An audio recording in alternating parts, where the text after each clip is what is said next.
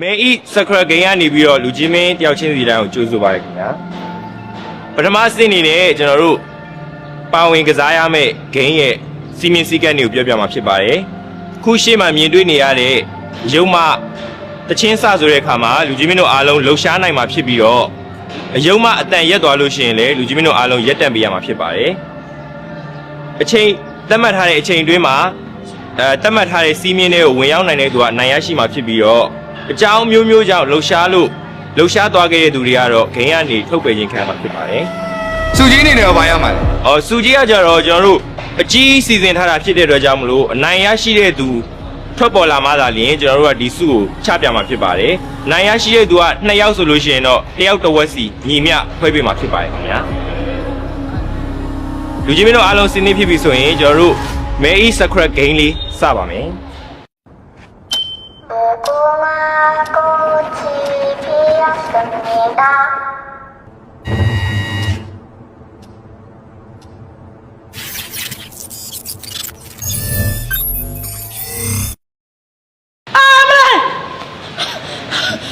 ဘာဖြစ်တော့ရုံမမျက်နှာမြင်ပြီးလက်လဲသွားတာဟမ်ဒီလောက်ချစ်စရာကောင်းတဲ့မျက်နှာလေးများလက်လဲရတယ်လို့ဟမ်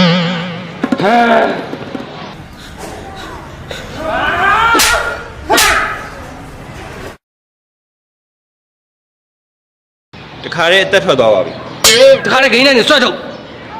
ဒီပုံစံတိုင်းဆိုရင်ရိုးရိုးထုတ်လို့မရပါဘူးကရိန်းခေါ်မှရပါဘူးကရိန်းမကလို့ဗတ်ဖိုးနဲ့မဖြစ်ဖြစ်တခါရအောင်ဆွဲထုတ်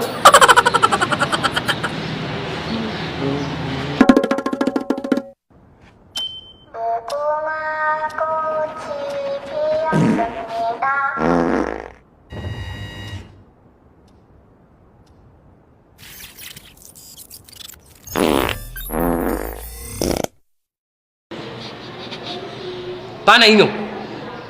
အယုံမအောင်မြင်ပြီးတော့ကြောက်လို့ချီးထွက်သွားတာဟမ်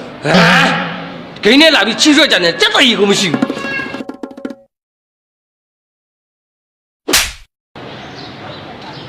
တခါတည်းအသက်ထွက်သွားပါနိုင်တယ်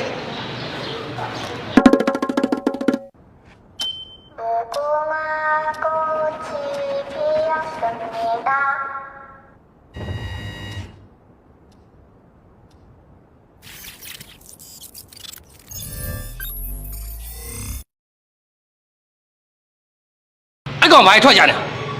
ရုံမမျက်နှာကိုနီးကပ်မြင်ပြီးလမ်းလို့ကြောက်သေးထွက်ကုန်ဟမ်နင်းကမြန်ငါ့ကိုလာရရှိသေးတယ်ငါပူတင်းရုံးနဲ့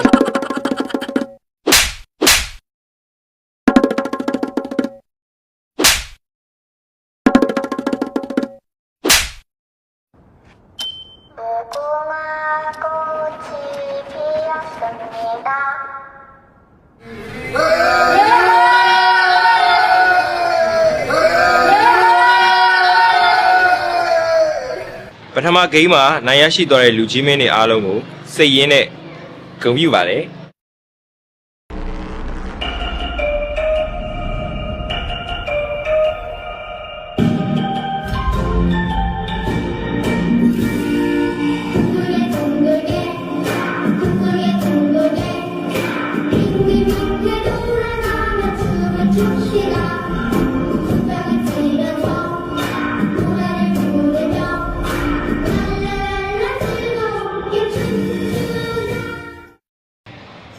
မဲစခရဂိမ်းရဲ့ဒုတိယဂိမ်းကနေပြီးတော့မှလူကြီးမင်းတို့အားလုံးပြန်လဲကြိုဆိုလိုက်ပါတယ်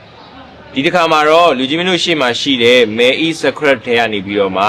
စခရက်အမုံလေးတွေကိုတေချာဖြော်ဆက်ပြီးတော့မှအသုံးပြုပြီးတော့ကျွန်တော်တို့တတ်မှတ်ထားတဲ့အချိန်တွင်းမှာတတ်မှတ်ထားတဲ့စီးမြင်ဝင်ရောက်ရမှာဖြစ်ပါတယ်တကယ်လို့မှအချိန်မီမရောက်ဘူးဆိုလို့ရှိရင်တော့ပြိုင်ပွဲကနေထုတ်ပယ်ခံရမှာဖြစ်ပါတယ်ဘယ်လိုအသုံးပြုရပါလဲဒီဟာကတော့ပုံမှန်ဆိုလို့ရှိရင်အုံးစီနဲ့လည်းဖြော်လို့ရပါတယ်ရေနဲ့လည်းဖြော်လို့ရပါတယ်ပြိုင်ပွဲမို့လို့ကျွန်တော်တို့ကတယောက်ကိုရေတစ်ခွက်လုံးချထားပေးပါတယ်ဘော်ဒီစကရက်ဆိုတော့မျက်နှာသုံးလို့စီမီပါမျက်နှာလည်းသုံးလို့ရပါတယ်ဘော်ဒီလည်းသုံးလို့ရပါတယ်ဒါဆိုရင်ပြိုင်ပွဲစီးမြင်စည်းကမ်းတွေကိုသိပြီဖြစ်တဲ့အတွက်ကြောင့်မလို့ဒုတိယမြောက်ဂိမ်းကိုစတင်ပါတော့ဒီဂိမ်းနိုင်တော့ကိုရီးယားကိုသွားမှာတကြတော့ဂျပန်ကိုသွားချင်တယ်ဒါပေမဲ့မင်းကကိုရီးယားသွားချင်တယ်ဇမင်းမင်းတော့မင်းကိုပြန်လာပြီးမင်းပြောင်းပြီးရောဘာဖြစ်နေဟာလားမရတာယူနေရဟာဂိမ်းနဲ့လာပြီးမရတာယူနေ